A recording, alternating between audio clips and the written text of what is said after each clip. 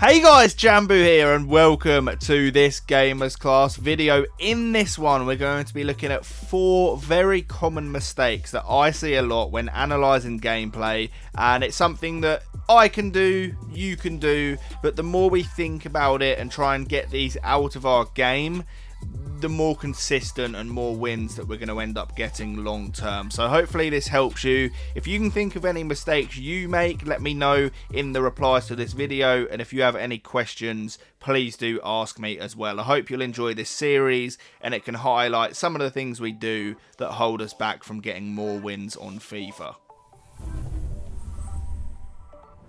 So the first mistake that we're going to highlight is spending too much time on the ball, and anyone can be guilty of this one. It's very situational. You're going to see an example here where the player has a lot of different options. You know, he's in the middle of the pitch. You can see that he's got a pass up here, you know, a potential pass back here, a pass down here. But he decides to spend a little bit too much time on the ball and ends up getting tackled. And, you know, from these turnovers in possession, I've spoke about this on other videos on Gamerzclass before.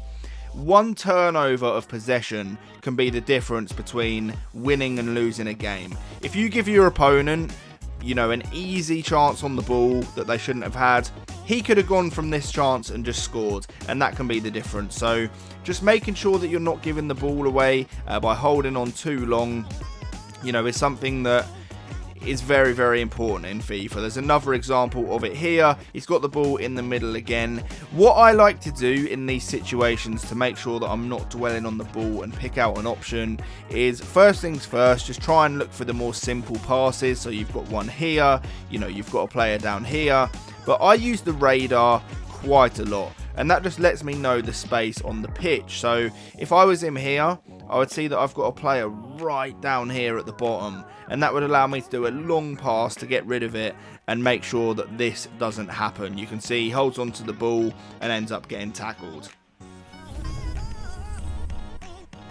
The second common mistake, and this is probably, I would say, the most popular one I see. This is what I see people doing the most. It is going to be forcing passes. So you can see here, the player kicks off. It's actually some nice build-up from him. You know, he's taking his time here, and a lot of people can do this. You know, when you're not under pressure, you can take your time a lot. Gets into the attacking position here, and he ends up just spamming this ball down into nowhere. And if you look at it like that, it's just one of those where there's no option on at all. There is not a chance that that ball is ever going through. But it's just something that people seem to do. I do it as well. You know, you can play a pass to someone that's not there. You're instantly thinking, why have I just done that? But trying to make a habit of not forcing passes is very important. As we've just spoke about in the last example, it's those turnovers of possession that can be the difference between winning and losing a game. So you'll see here again, you know, he gets the ball. He tries to force one there, gets a little bit lucky and gets it back. And then from this position, you know, tries to just drill another pass in there when there's nothing really on, and just gives the ball back to his opponent. In these sort of areas, I'd recommend just taking your time. You know, try and make an example of it in your head to not force the pass, because he's got time here. You know, he can keep on walking forward a little bit. He's got a little side ball here. There's no need to try and smash a pass into here when the striker's marked. And that's what you'll see at the very highest level. The top pros will take their time and pick out the perfect options. You're not going to see them often rushing and giving away possession needlessly. The third one is goalkeeper distribution, and this isn't something you often see at a higher level, but it's something I see all the time in some of the lower divisions, and it's something that's so easy to fix. So if you're someone that does this, you know, this is an instant fix. It will help you improve immediately. So you can see here that he's got a goal kick, and what I would always recommend doing from every single goal kick you ever get is using this option up here.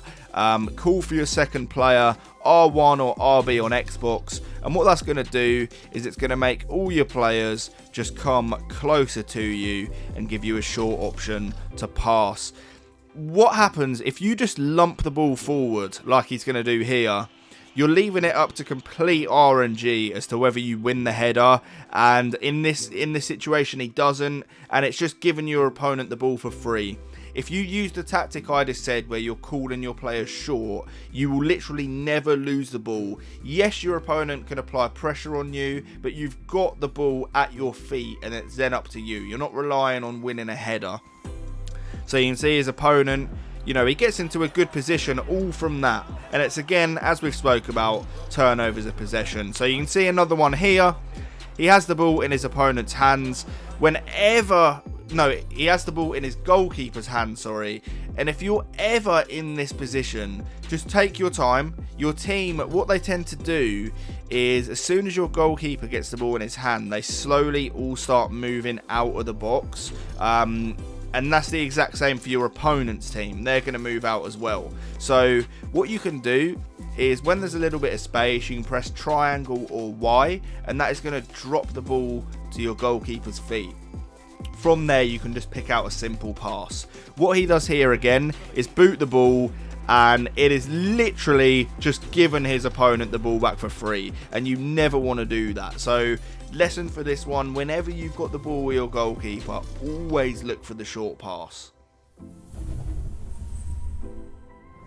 The last example in this video is going to be overcommitting defenders. You see this one an awful lot, and it's become all more of an issue in sort of FIFA 21 and FIFA 22 when through balls have become so important. So you can see here he's using the second man press, the little green icon above the player's head, and that's not a big issue. You know, you can use that, but you don't want to use it too much to the point where you're just dragging players out of position. You can see here his defense is a bit all over the place. He ends up switching to his centre back, and what he does is he just drags him completely out wide here, and all you have to do in an area like this is just stand your ground and hold jockey. There's nothing he can do here. If you stay in position holding jockey, he can't get into this inside lane, which he's going to end up doing because we pull him out. He can't, you know, shoot because you're in the way. So what you'll see is he sort of pulls his defender out a lot, and it just leaves all this space. Pulling defenders out is the #1 thing I see people concede goals from. You can see here again, you know, he's used the second man press. His defender is in absolute no man's land. There's no way he's going to be able to recover. He's left all this space in behind, and he's dragged him out.